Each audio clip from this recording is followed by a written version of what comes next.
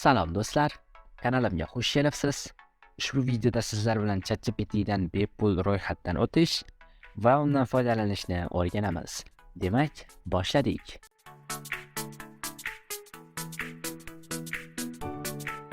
Chatgpt OpenAI tomonidan ishlab chiqilgan katta til modeli hisoblanadi. U GPT, ya'ni Generative Pre-trained Transformer modellar oilasiga kiradi va inson kiritishiga javoban tabiiy tilda matn yaratish uchun mo'ljallangan. Ushbu sun'iy ong internetdagi katta hajmdagi matnli ma'lumotlar bo'yicha o'qitilgan va turli tillar va domenlarda matnni tushunishi va ishlab chiqarishi mumkin. Bu keng ko'lamli ilovalar, jumladan tilga tarjima qilish, savollarga javob berish va chatbotlar uchun ishlatilgan.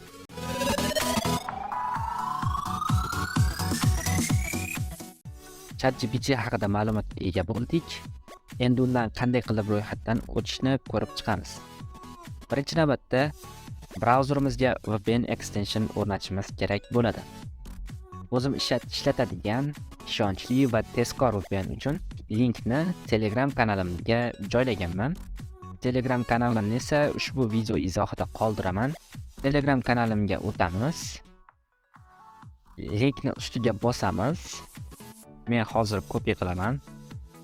Copy qilib, bu yoqqa tashlayman va enterni bosaman. Sizlar ustiga bosganingizda mana shu saytga olib o'tadi va yuklaymiz. Bu yoqda расширение yuklaymiz. Gamda biroz kutamiz.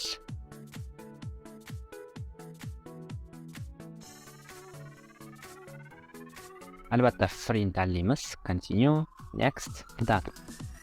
Yaxshi. Endi bulardan chiqib ketsak ham bo'ladi. Yuklaganimizdan so'ng uni ishga tushirishimiz kerak.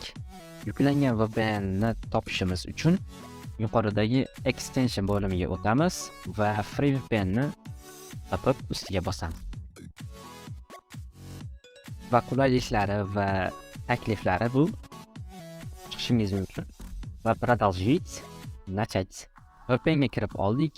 Endi uni ishga tushirishimiz kerak. Avval biz davlatlar bo'limiga o'tib, Fransiyani tanlab qo'yishimiz kerak. Va VPNni yoqamiz. VPN yondi. Endi u yaxshi ishlayaptimi yoki yo'q, shuni tekshirib olishimiz kerak. Buning uchun biz DNS link test.com saytiga o'tamiz. Va biz Fransiyamiz. Yaxshi. Bundan chiqib ketamiz. Endi bizga email account kerak bo'ladi, ya'ni elektron pochta. Xohlagan elektron pochtalardan foydalanishingiz mumkin. Xoh Mail.ru, xoh Yandex, xoh Gmail accountlar yoki boshqalar. Hammasini ishlatsak bo'ladi. Keling biz Gmail accountdan foydalanamiz. accounts.google.com saytiga o'tamiz. Chatgpt yangi ochilgan account. Sizlar ham xohlasanglar yangi account ochinglar, xohlasanglar o'zingizlar foydalanayotgan accountinglardan ro'yxatdan o'tishda ham foydalaninglar. Men esa mana shu yangi accountdan foydalanaman. Va bu yerda mana shu tugmani bosib pochtaga o'tishimiz kerak. Adashmasam bu VPN hisobiga. VPN'ni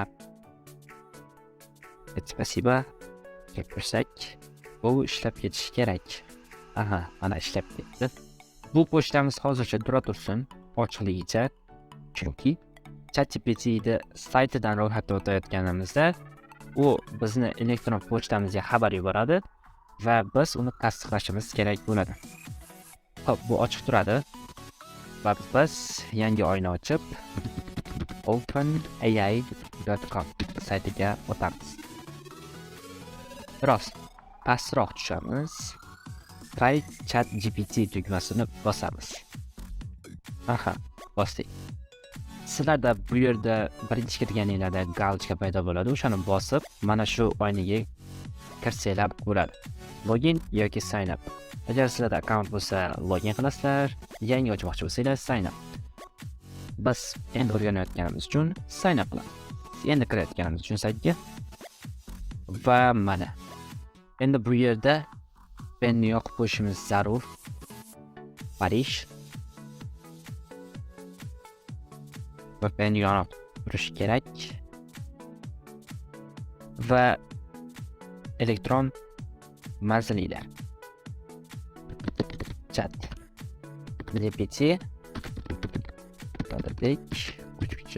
gmail.com va continue tugmasi va biz bu yerda password yaratamiz, ya'ni parol va continue qilamiz.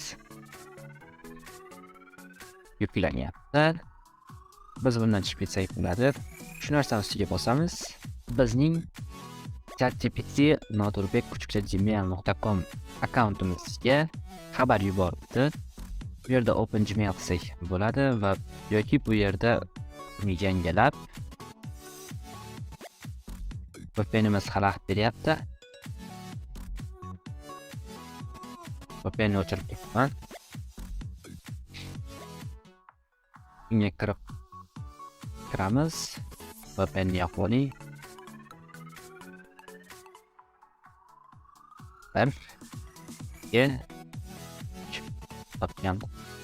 Va verify email address ustiga bosamiz.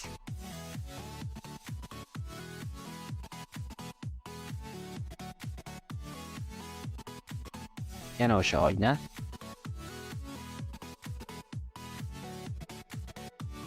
Va keyingi bosqichimiz. Bu yerga ismingiz va familiyangiz.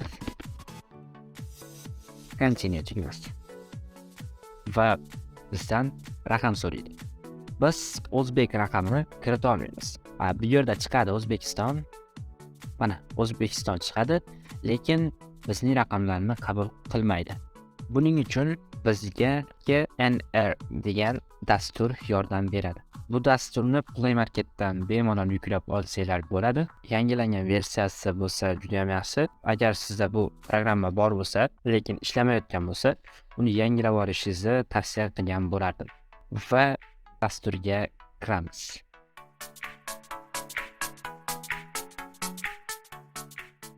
Dasturga kirganimizdan so'ng bu yerda ikkita tugma chiqadi, login va registration.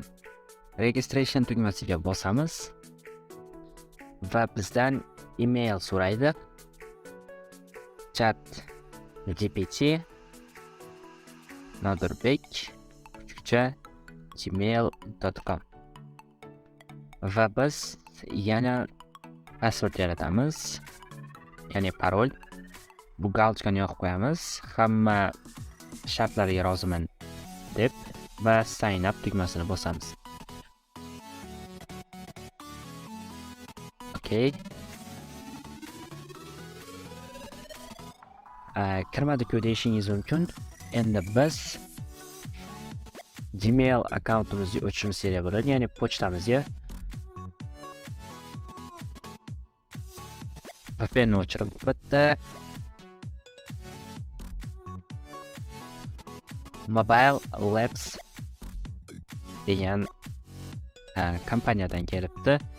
Foydalanilgan NR va mana bu g'alati tugmani bosamiz. Saytiga olib o'tib ketadi. Saytida tanishishingiz mumkin. Va biz sign updan loginga o'tamiz. Bu yerda kiritamiz. Notirbek yo'q, bunaqa emasdi. Chatgpt notirbek gmail.com password kiritamiz. Paste login va bizni olib kirib ketish kerak. Yaxshi. Kirdik. Bu oynada nima qilamiz? Plus tugmachasi bosiladi va bu bizga berilgan raqam. Biz unga nomlashimiz kerak. GPT va save tugmasi. I agree va save yana bir bor processing ketyapti. Sizda rekapda chiqishi mumkin. Menda chiqarmikan? Chiqdi peshxod. Successfully verification. Step signasi bosiladi va bizga raqam berdi. Biz bu yerda VPN ni yopib qo'yishimiz kerak. Chunki raqam kirityapmiz.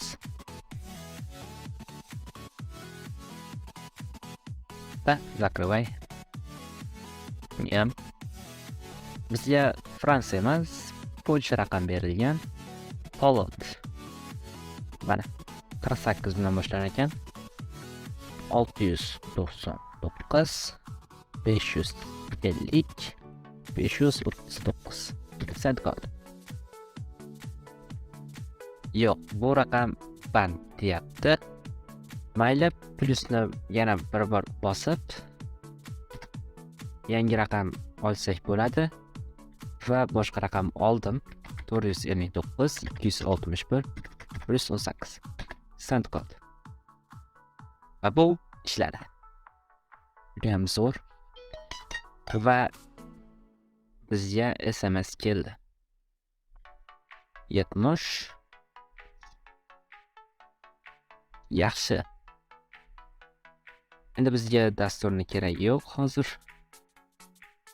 Uchiramiz. Tayyor. Albatta hozir xatolik berishi mumkin. Ya'ni javob qaytarmaslik mumkin. Refresh berib olamiz. Va VPN ni ham o'chirib qo'ysak bo'ladi. Endi VPN siz bemalol ishlatsanglar bo'ladi. Yozsa. Chatgpt. Mana shu xato dedi. Refresh beramiz.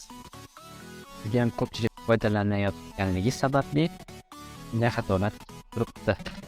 Bizda ham chiqyapti. Hello, how can I assist you today? Chatgpt sizning xizmatingizga tayyor. Kanalimizdan uzoqlashmang.